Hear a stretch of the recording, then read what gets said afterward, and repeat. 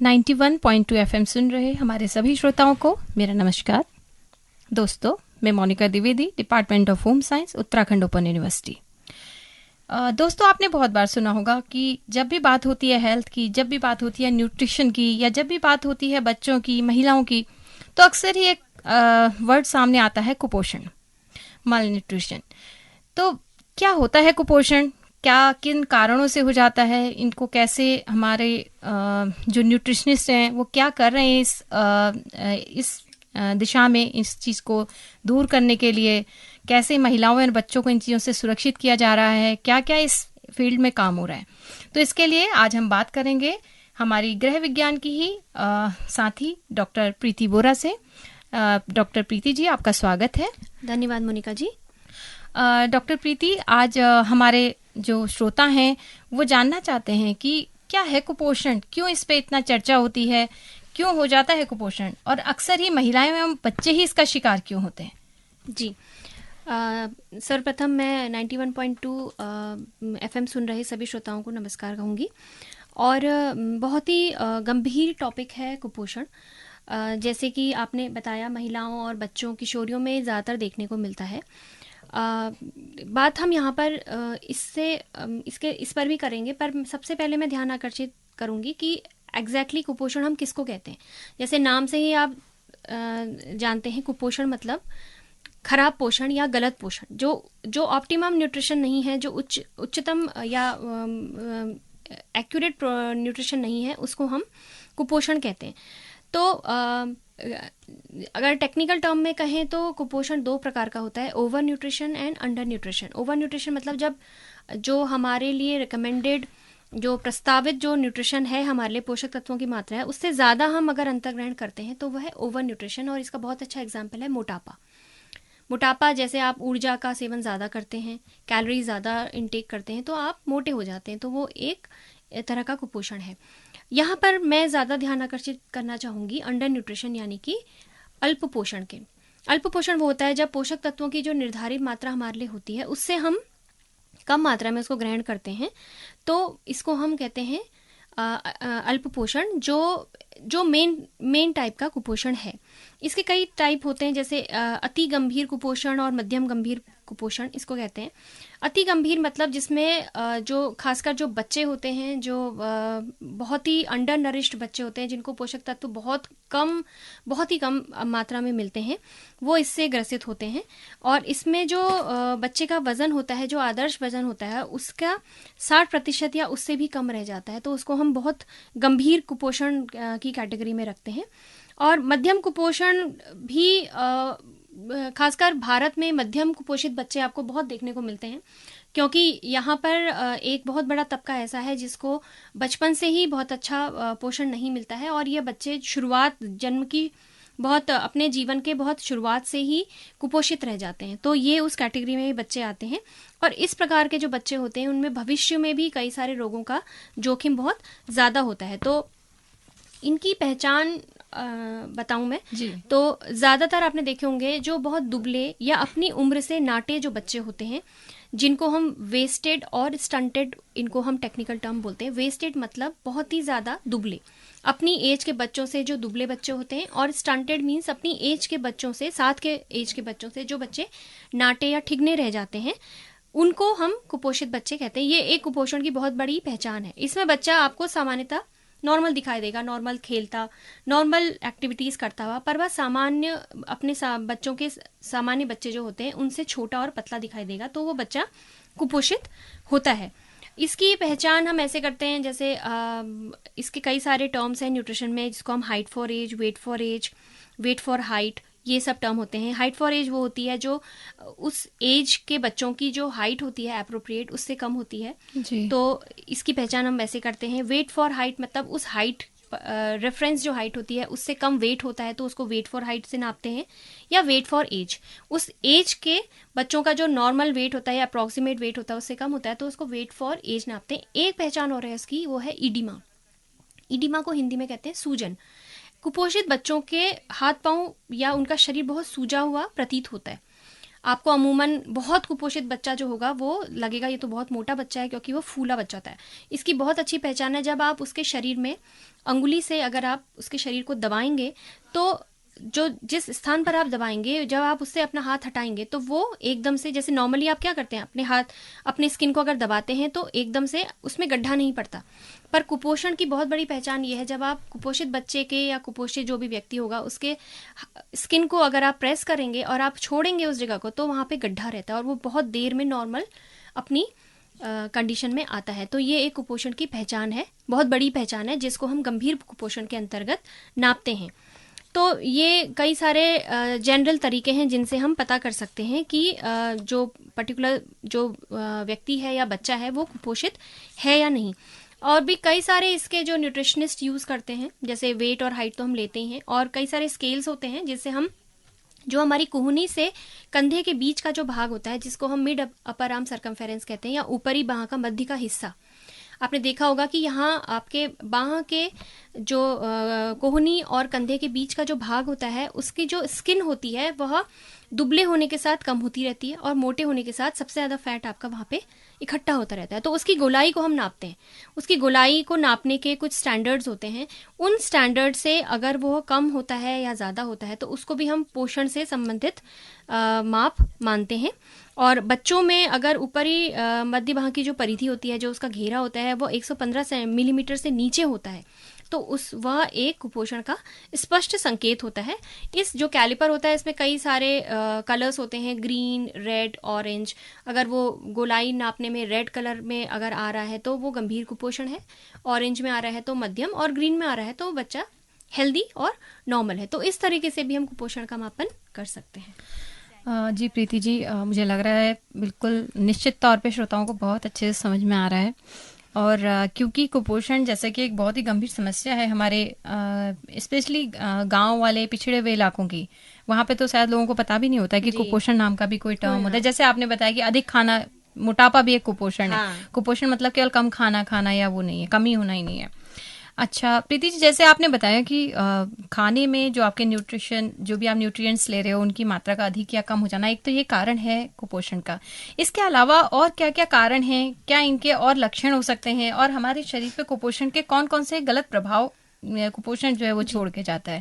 Please इसको हमारे श्रोताओं के साथ शेयर कीजिए। तो पहला तो पोषण पर्याप्त न होना ही इसका कारण है, कुपोषण उसी से होता है जी। पोषण ना मिलना, और पहले तो हम क्वालिटी और क्वांटिटी दोनों बात कर सकते हैं। पेट भर खाना और क्वालिटी भोजन खाना, ये दो अलग अलग बातें हैं। पेट भर खाना हो सकता है पर जरूरी नहीं वो खाना आपका पोषक तत्वों से भरपूर है, उस में तो कुपोषण होगा ही। कई बार पेट भर खाना भी नहीं होता, जो बहुत गरीब या जिनको बिल्कुल बहुत निर्धन है, तो वहां से कुपोषण शुरू होता है, गरीबी से होता है, अपर्याप्त भोजन से होता है। और बहुत बड़ा फैक्टर है जनसंख्या में वृद्धि जी। जनसंख्या वृद्धि से क्या है, रिसोर्सेज तो आपके पास लिमिटेड हैं पर लोग उनके बढ़ गए हैं जी। अब जिसके पास धन है या जिसके पास अर्निंग कैपेसिटी है, बाइंग कैपेसिटी है, वो तो इसको खरीद लेगा, पर जो निर्धन है वो इसमें सबसे ज्यादा प्रभावित होता है।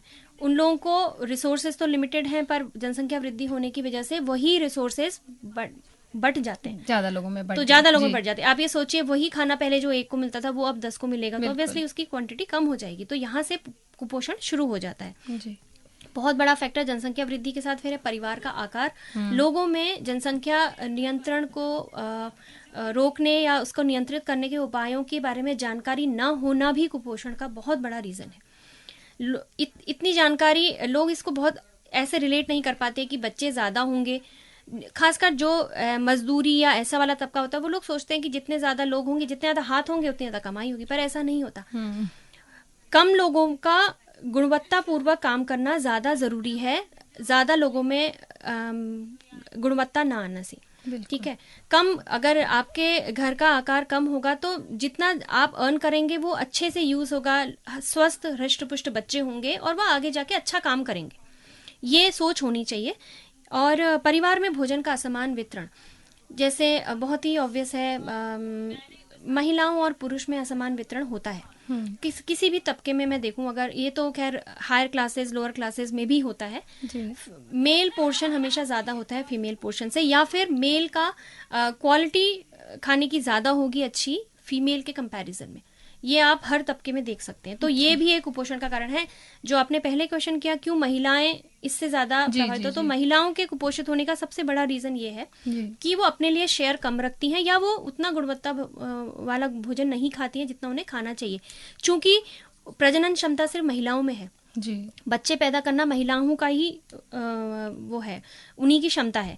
तो जो कुपोषित महिला होगी उससे बच्चा भी कुपोषित ही पैदा होगा, और जहां बच्चा कुपोषित होता है फिर उसका भविष्य भी वैसा ही, मतलब क्योंकि वो बचपन से ही उसमें पोषण तत्वों का अंतर्ग्रहण कम है, पोषक तत्वों का स्टोर भी कम है, तो वो आगे जाके रोगों का कारण भी बनता है।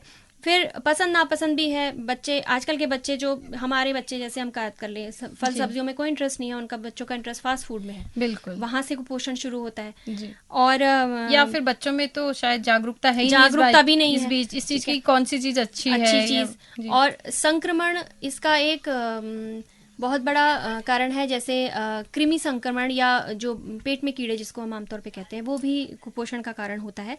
अशिक्षा, अज्ञानता, जैसे मैंने पहले कहा, लोगों को अवेयरनेस नहीं है, लोगों को पोषण ज्ञान नहीं है, पोषण शिक्षा का अभाव है, स्वच्छता का अभाव है, स्वच्छता होनी बहुत जरूरी है। पुअर हाइजीनिक कंडीशंस में बीमारियां भी ज्यादा होती हैं, उससे खाने की क्वालिटी भी गिरती है, अंतर्ग्रहण भी कम होता है, और ये सब बीमारियां जनरेट होती हैं, उसकी वजह से भी कुपोषण होता है जी। और लक्षण की बात करें तो लक्षण से मैंने बताया, अपनी साथ के बच्चों से बच्चा आपको पतला दिखाई देगा, छोटा दिखाई देगा, शरीर का आकार छोटा होगा, और उसके शरीर में जो वसा संचय है वो कम होगा, और मांसपेशियों का क्षय ज्यादा होगा, ज्यादा कमजोरी होगी, हार्मोनल इम्बैलेंस भी हो सकता है, और स्किन चेंजेस भी हो सकते हैं, बालों का रफ होना, बालों का येलो ब्राउन होना, फ्लैक साइन होता है, जो बाल ऐसे कहीं भूरे कहीं काले ऐसे आपको दिखाई देंगे, हड्डियां कमजोर हो जाती हैं, जल्दी फ्रैक्चर हो जाते हैं, चोट लगने पर जल्दी जैसे थोड़ा सा भी गिरे और चोट लग गई या हड्डी टूट गई, इस तरह की। स्त्रियों में प्रजनन संबंधी समस्याएं हो सकती हैं, जैसे कंसेप्शन में दिक्कत हो सकती है, या डिलीवरी में दिक्कत हो सकती है, या नॉर्मल जो प्रेगनेंसी में परेशानियां हो सकती हैं वो ज्यादा हो सकती हैं। अनीमिया इसका एक बहुत बड़ा कारण है, सभी में, किशोरियों में भी और माताओं में भी। उसके अलावा जो बच्चों में मृत्यु दर है वो बढ़ सकती है। जैसे कुपोषित महिला अगर बच्चे को जन्म देगी तो उसके जो बच्चा है उसके मृत्यु के चांसेस बहुत ज़्यादा हैं। कार्य क्षमता में कमी आएगी, और सबसे ज़्यादा इफेक्ट पड़ता है आपकी शरीर की रोग प्रतिरोधक क्षमता में, जल्दी जल्दी बीमार पड़ते हैं कुपोषित बच्चे। तो ये भी एक बहुत बड़ा इसका लक्षण है। प्रभाव में यह है कि चूंकि कुपोषित होंगे, शरीर में शक्ति कम होगी, शरीर की प्रतिरक्षा वो कम होगी, तो कार्य क्षमता में कमी आएगी। कार्य क्षमता में जहाँ कमी आएगी, प्रोडक्टिविटी कम होगी, आपकी अर्निंग कम होगी जी, तो ये सब चीजें आपस में जुड़ी हुई है। ये एक तरह के विशियस सर्किल है, जो एक चीज से दूसरी चीज जुड़ी हुई है, सब इंटरकनेक्टेड है। अर्जन क्षमता में कमी होगी, खाने में कमी होगी, संक्रमण में अधिकता होगी, और ओवरऑल फिर वो बात घूम फिर के कुपोषण पे ही आ जाएगी। तो ये सब चीजें मैनेज तभी होंगी जब आप इस पर थोड़ा सा ध्यान देंगे। पोषण सही रहेगा तो आगे आपकी प्रोडक्टिविटी भी ज्यादा होगी, अर्निंग ज्यादा होगी, फूड इंटेक ज्यादा होगा, और सभी तरह से वो आपको अच्छे से इफेक्ट करेगा जी। ठीक है, तो आपने तो ये सब बता ही दिया हमें कि किस तरह से हम इसको सही कर सकते हैं। अच्छा, मैं आपका ध्यान एक और खींचना चाहूंगी प्रीति जी, कि बच्चों पे थोड़ा सा मैं चाहूंगी कि आप थोड़ा सा डिटेल में बताएं कि अगर बच्चे कुपोषित हैं, चलिए बड़ों की तो हम बात कर ही रहे थे, लेकिन बच्चों में आप प्लीज एक बार हमारे श्रोताओं को बताएं, क्योंकि बच्चे ही देश का भविष्य है, परिवार का भी भविष्य है। तो प्लीज बताइए कि कैसे हम बच्चों को ये कुपोषण से दूर रख सकते हैं। बच्चों का कुपोषण सबसे पहले गर्भवती महिलाओं से शुरू होता है, क्योंकि जहाँ पे बच्चा कंसीव हुआ, बच्चा माता के गर्भ में आया, वहीं से उसका पोषण शुरू हो जाता है। तो सबसे पहले तो गर्भवती जो माता है उसका पोषण सही होना चाहिए। गर्भवती माता को आप ये सोचिए, आपके अंदर कोई एक जीवन विकसित हो रहा है, तो सबसे पहले आहार के अंतर्ग्रहण में अधिकता, आहार थोड़ा ज्यादा लें। ज्यादा आहार को छोटे छोटे अंतरालों पे लें। आहार में हरी सब्जियां, मौसमी फल, सब्जियां, दूध और तरल पदार्थ ये ज्यादा मात्रा में लें। कोई भी ऐसी बुरी आदत है जैसे टोबैको या अल्कोहल या ऐसी भी कोई भी आदत है, उसको इमिडिएटली त्यागें। कई सारी लोअर तबके की महिलाओं में देखती हूँ कि बीड़ी, सिगरेट ये बहुत आम चीजें हैं, तो ये चीजें बिल्कुल ना करें। और गर्भवती महिलाएं समय से अपने जो टिटनेस वगैरह के टीके हैं जो उनको लगते हैं वो करें। डॉक्टरी चेकअप कराएं। कोई भी महिलाओं, सरकारी अस्पतालों में तो आजकल मुफ्त है, वहां से ये शुरू होता है। बात करें शिशु की, जैसे शिशु का जन्म हुआ, शीघ्र से शीघ्र उसको स्तनपान कराएं। जो पहला स्तनपान है माता का, वो बहुत जरूरी है, क्योंकि जो पहला स्तनपान जो गाढ़े पीले रंग का पदार्थ माता के स्तन में से निकलता है, उसको हम कहते हैं कोलेस्ट्रम। उसमें बहुत सारे एंटीबॉडीज होते हैं जो रोगों से बचाते हैं बच्चों को। और कई सारे जो लोग होते हैं, कई सारे जो सोसाइटीज होते हैं, उनमें इसको गंदा दूध माना जाता है जी, और उसको फेंक देते हैं। ये बहुत बड़ी गलती है। इसको तो बिल्कुल भी नहीं, मतलब, और शायद हम अपने प्रोग्राम के जरिए बार बार ये बात कह भी चुके हैं, बार बार बता चुकी हूँ मैं ये बात कि उसको तो पिलाना बहुत जरूरी है जी। जल्दी से जल्दी 1 घंटे, जन्म के 1 घंटे से आप स्तनपान शुरू करें, और 6 मंथ तक एक्सक्लूसिव ब्रेस्ट फीडिंग, यानी कि 6 महीने तक सिर्फ और सिर्फ स्तनपान, ना पानी। कई लोग शहद चटाते हैं, बिल्कुल नहीं करना चाहिए। बाहर का बच्चे को कुछ भी ना खिलाएं। पानी की भी बच्चे को आवश्यकता नहीं है, मतलब क्योंकि मदर मिल्क की कंप्लीट फूड है। पानी की भी आवश्यकता उसकी अपने माँ के दूध से पूरी हो जाती है। परंतु 6 महीने के बाद उसको पूरक आहार शुरू करना आवश्यक है। पूरक आहार में शुरुआत करें तरल आहार से, जैसे दाल के पानी, चावल का पानी, या बिल्कुल स्ट्रेन जूस, ऐसे से। उसके बाद धीरे धीरे अर्ध तरल, अर्ध ठोस ऐसे आहार को शामिल करें, जिसमें खिचड़ी, मसले हुए फल, केला, पपीता, और चावल, दाल, खिचड़ी, ऐसी चीजों से शुरू करें। और अगर आप अंडा या नॉनवेज खाते हैं तो 10 महीने के आसपास से आप बच्चे को वो भी मसल के दे सकते हैं। पूरक आहार होना भी बहुत जरूरी है, क्योंकि 6 महीने के बाद माता का दूध बच्चे के विकास के लिए पर्याप्त नहीं है। और टीके, जितने भी टीके लगने होते हैं बच्चे को, वो समय से लगाएं। वो भी रोगों के बचाव, क्योंकि बच्चा जहां से बीमार होता है ना, वहां से बच्चा खाना छोड़ देता है, बिल्कुल, और वहां से बच्चे का कुपोषण शुरू होता है। तो बच्चे का स्वस्थ रहना बहुत जरूरी है, उसके अच्छे से खाने के लिए। उसके आहार में आप प्रोटीन और ऊर्जा युक्त आहार का शामिल करें, जैसे दूध, अंडा, दालों का पानी, घुटी हुई दाल, और प्रोटीन के बहुत अच्छे सोर्स हैं। अंडा अगर खाता है तो अंडा, और ऊर्जा के लिए आप उसके आहार में घी और ऐसी चीज़ों का इस्तेमाल कर सकते हैं। आलू, चावल, इन सब चीज़ों का भी सीमित मात्रा में इस्तेमाल कर सकते हैं। और फ्रूट्स एंड वेजिटेबल्स का अच्छे से इस्तेमाल करें। फ्रूट जूस वगैरह भी दिए जा सकते हैं। जूस या फ्रूट को थोड़ा सा आप मसल के दे सकते। जो मसले जाने वाले फ्रूट हैं उनको मसल के, जो जूस बना के देने जाने वाले वो हैं उनको जूस के लिए। और ये सब संतुलित मात्रा में आप उसको सब कुछ दें, तो आप उसके आहार के माध्यम से उसका कुपोषण का बचाव कर सकते हैं। जी प्रीति जी, इसके अलावा अगर आप अपने ज्ञान के हिसाब से, अपनी नॉलेज के हिसाब से, अगर हमारे श्रोताओं को कोई सजेशन कुछ देना चाहें, यही कुपोषण से रिलेटेड, स्पेशली हमारी महिला श्रोताओं को, क्योंकि महिलाएं हैं जो शायद सारा घर संभालती हैं, किचन उनके उसमें होती है, तो कैसा खाना खिलाएं, कैसा खुद खाएं, कैसे परिवार को संभालें, अपने को संभालें, कैसे आप क्या उनको सजेशन देना चाहिए? जैसे आपने खुद ही बता दिया, महिलाएं तो परिवार की धुरी हैं, तो अपने आहार में कमी क्यों? मैं सबसे पहले यही कहूंगी कि महिलाएं अपने आहार में कमी क्यों करती हैं? आप ही तो खाना बना रही हैं, जबकि उन्हें सबसे अच्छे आहार की जरूरत है। शायद अच्छे आहार की सबसे ज्यादा जरूरत उन्हीं, क्योंकि सबसे ज्यादा वर्कलोड उन्हीं के पास है। अगर वो वर्किंग है तो भी, नॉन वर्किंग है तो भी। मैं यहाँ पर मतलब जेंडर बायसनेस की बात नहीं करूंगी, मैं सिर्फ महिलाओं के बारे में ये बात करूंगी, क्योंकि वो बाहर का काम भी संभाल रही हैं, घर का काम भी संभाल रही है। तो अपने आहार में आप बिल्कुल कमी ना करें। ये तो बहुत ही पर्सनल प्रेफरेंस है कि आप किसको ज्यादा देते हैं, किसको कम देते हैं, पर अपने आहार में आप गुणवत्ता भी और क्वांटिटी वाइज भी कमी ना करें। अपने आहार में आप सारा संतुलित आहार का सेवन करें। सारे खाद्य जो समूह है हमारे, अनाज, दालें और हरी सब्जियां, फल, दूध और ड्राई फ्रूट्स, इन सब को अपने आहार में शामिल करें अपनी पसंद के अनुसार। पसंद फॉर्म चेंज कर सकते हैं, पर अपने आहार को भी उतना ही विविधतापूर्ण बनाएं जितना आप औरों के लिए बनाती हैं घर पे। महिलाओं को तो शायद पता भी नहीं होता है कि उनमें जैसे कमियां हैं, किसी जैसे अनीमिया ही है, अनीमिया बहुत ही ज्यादा महिलाएं, वो है। महिलाएं देखिए, महिलाओं में चूंकि जैसे मैंने कहा प्रजनन क्षमता सिर्फ महिलाओं में है, तो महिलाओं में जहां से मेनार्क शुरू होता है, जहां से उनको पीरियड स्टार्ट होते हैं, वहीं से पोषक तत्वों की कमी शुरू हो जाती है। सबसे पहले तो लौह लवण, जो शरीर के बहुत सारे काम, मेटाबॉलिक एक्टिविटीज के लिए बहुत जरूरी है, वो वहीं से कम, क्योंकि हर महीने आपके बॉडी से ब्लड लॉस हो रहा है, तो वहां से अनीमिया की शुरुआत हो जाती है। और जो यहाँ से पूर्ति नहीं होती तो वो मतलब समय के साथ बढ़ती ही रहती है। फिर महिला किसी बच्चे को जन्म देती है, तो बच्चे का जन्म तो महिलाओं के शरीर से बहुत ज्यादा पोषक तत्वों की क्षति करता है। और देखा भी होगा आपने, बच्चे के जन्म के बाद महिला का वजन गिरता है, उसके बालों की क्वालिटी खराब हो जाती है और उसके स्किन वगैरह में फर्क पड़ता है जी। ये सब चीजें आपने देखने को मिली। और अगर आपने अपने खान पान में वहां पे सुधार नहीं किया, तो स्तनपान के माध्यम से फिर जब आप बच्चे को दूध पिला रहे हैं तो और ज्यादा पोषक तत्वों की कमी होती है। ठीक है, तो यहाँ पर अपने आहार में ध्यान देना बहुत जरूरी है। और ऊर्जा की क्षति, जो गर्भवती महिलाएं हैं या वैसे उनमें ऊर्जा की क्षति कम से कम हो, तो थोड़ा अपने काम के बोझ को आप मतलब अपने हिसाब से कम कर सकते हैं। ठीक है। और फ्रूट्स एंड वेजिटेबल का ज़्यादा से ज़्यादा मात्रा में सेवन करें, क्योंकि सूक्ष्म जो पोषक तत्व होते हैं वो माइक्रोन्यूट्रिएंट जिनको हम कहते हैं, विटामिन एंड मिनरल, वो फ्रूट्स एंड वेजिटेबल्स में ही ज़्यादा होते हैं।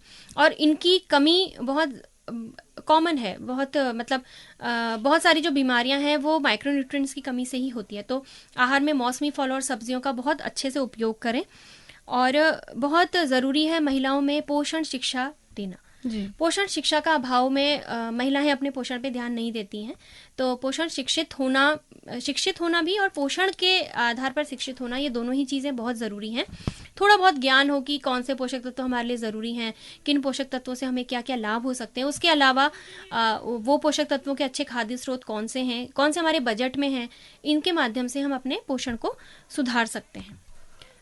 जी प्रीति जी, बहुत ही ज़्यादा क्या उसे इम्पोर्टेंट आपने आज जानकारी दी हमारे श्रोताओं को। और हम अपने बार बार अपने जितने भी हमारे एपिसोड्स होते हैं, जो भी हमारे चर्चाएं होती हैं, उनमें हम बार बार यही बोलते हैं, स्पेशली हम महिलाओं से ये बोलते हैं कि प्लीज़ अपना ध्यान रखिए, अपने खान पान का ध्यान रखिए, न्यूट्रिशन का ध्यान रखिए। ये ध्यान रखिए कि आप कौन कौन से न्यूट्रिएंट्स ले रहे हैं, ये बार बार हमारे एक्सपर्ट्स आपको बताते हैं। तो श्रोताओं, आज की वार्ता तो हमारी यहीं पे समाप्त होती है, लेकिन यह जो चर्चा है ये समाप्त ऐसे नहीं होगी। इसमें आपको अपना योगदान देना होगा। जो चर्चा में जो भी आपको सजेशंस दिए गए हैं, जो भी आपको बताया गया है, प्लीज़ उस पर ध्यान रखिए, अपना और अपने परिवार का ध्यान रखिए। नमस्कार। नमस्कार।